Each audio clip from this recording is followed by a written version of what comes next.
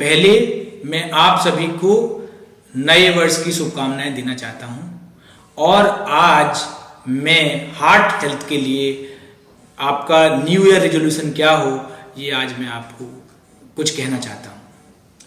हम आज ये जानते हैं कि जो हार्ट डिसीज भारत में बहुत तेजी से बढ़ रही है। आज हम ये जानते हैं कि भारत में हार्ट डिसीज बाहर के देशों के कंपैरिजन में 10 साल पहले आती है। हम आज ये भी जानते हैं कि जो हार्ट डिसीज की टेंडेंसी है भारत की पॉपुलेशन में वो करीब अमेरिका और यूरोप के देशों के कंपैरिजन में 1.7 टाइम्स ज़्यादा है। तो ये बड़ी इंपॉर्टेंट बात है कि हार्ट डिसीज इंडियन पॉपुलेशन में ज़्यादा होती है, जल्दी होती है, 10 साल पहले हो जाती है as compare to western population. और तीसरी इंपॉर्टेंट बात यह है कि जो डिसीज की आउटकम है वो हम लोगों में ज़्यादा खराब है। मतलब जो डेथ रेट है, जो हार्ट फेलियर रेट है, हमारी पॉपुलेशन में अमेरिका और यूरोप के कंपैरिजन में ज़्यादा है। तो ये हमारे लिए बड़ा सीरियस मैटर हो गया कि इसका मतलब क्या है। इसका मतलब ये है कि हमारी यंग पॉपुलेशन में भी ये हार्ट डिसीज काफ़ी तेज़ी से फैल रही है। आपने देखा होगा, सुना होगा कि हमारे सिद्धार्थ शुक्ला और कई सारे मिस्टर राजकुमार ऐसे जो यंग एक्टर हैं जिनके बारे में आपको मालूम है, जिनकी जो बहुत एक्टिव थे, हेल्दी थे, वो भी सडनली हार्ट अटैक की वजह से उनकी डेथ हो गई। तो ऐसे ही मैं रोज देखता हूं कि बहुत सारे यंग पेशेंट्स मेरे पास आ रहे हैं जिनको यंग एज में ही हार्ट अटैक हो जाता है, 45 साल से कम में। इनफैक्ट हमारा जो डेटा है वो ये कह रहा है कि ऑलमोस्ट 10 to 20% हार्ट अटैक 45 साल से कम उम्र के हो रहे हैं हमारे। तो इसीलिए बड़ा इम्पॉर्टेंट पार्ट है कि हम सब इस नए साल पे हम ये सोचें कि किस तरीके से इस हार्ट अटैक से बचा जा सकता है।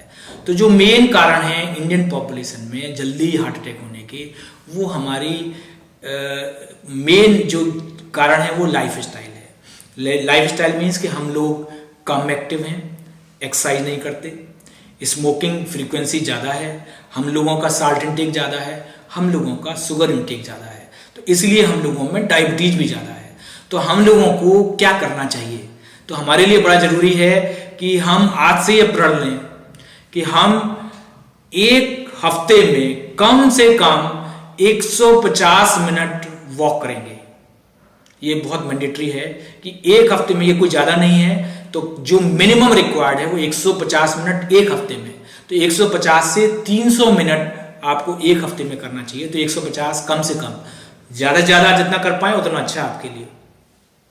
जितना ज़्यादा अच्छे से एक्सरसाइज कर सकते हैं उतना आपके लिए बेहतर है। तो यदि आप इंटेंस एक्सरसाइज कर सकते हैं वो भी हार्ट के लिए और अच्छा है।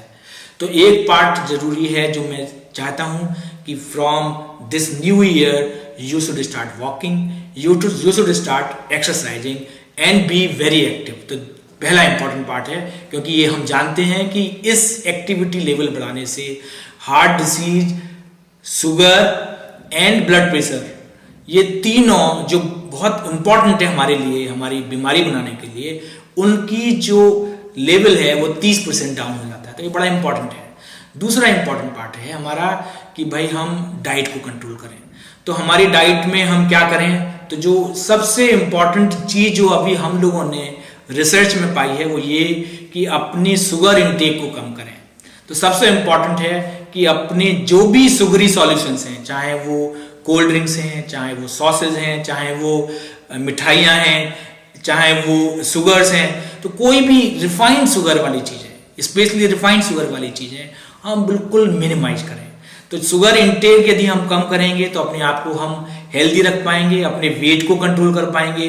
जो हम जानते हैं कि अभी हमारे वेस्ट के ऊपर फैट इकट्ठा हो जाता है, जो सबसे ज़्यादा खतरनाक होता है हार्ट डिसीज के लिए। तो अपनी वेस्ट के ऊपर जो फैट इकट्ठा होता है उसको हम हर तरीके से हमें कम करने की कोशिश करनी चाहिए। और इसमें शुगर्स का बहुत बड़ा रोल है। तो हमारा ये प्रण होना चाहिए कि हम हर तरीके की शुगर इंटेक को कम करें।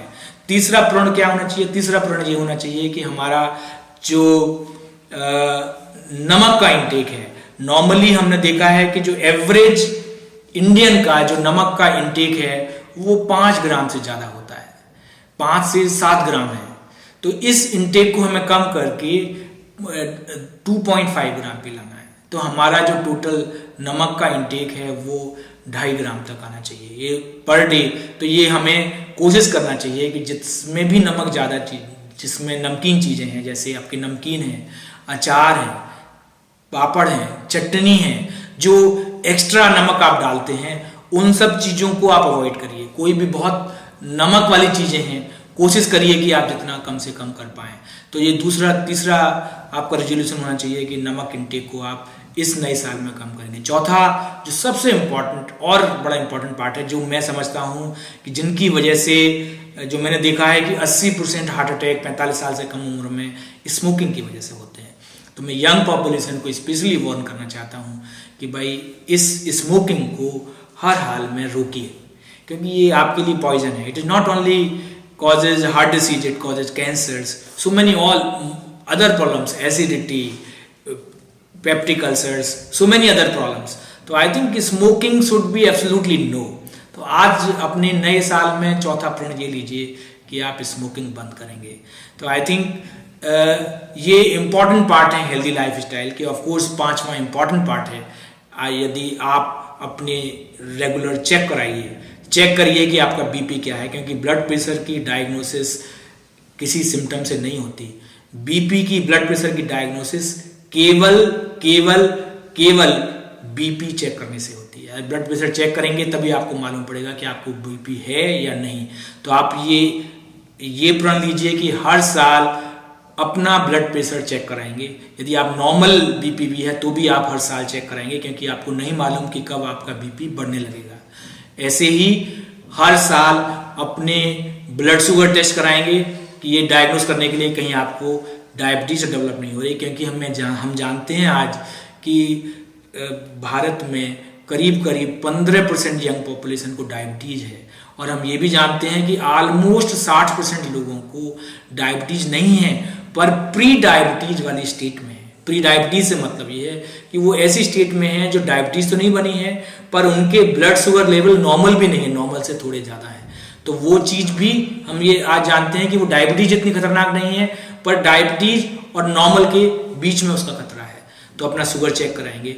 और तीसरी इंपॉर्टेंट बात यह है कि अपना लिपिड प्रोफाइल या कोलेस्ट्रॉल चेक कराएंगे, क्योंकि ये तीसरा बड़ा इंपॉर्टेंट फैक्टर है जिससे हार्ट डिसीज और हार्ट अटैक होते हैं। कई बार ये आपको मालूम नहीं होता है। ये मत समझिए कि खाने पीने से कोलेस्ट्रॉल बढ़ता है, ये बिल्कुल गलत है, क्योंकि जो कोलेस्ट्रॉल के जो लेवल हैं आपके जेनेटिकली डिसाइड होते हैं, आपके पेरेंट्स से जीन मिलती हैं।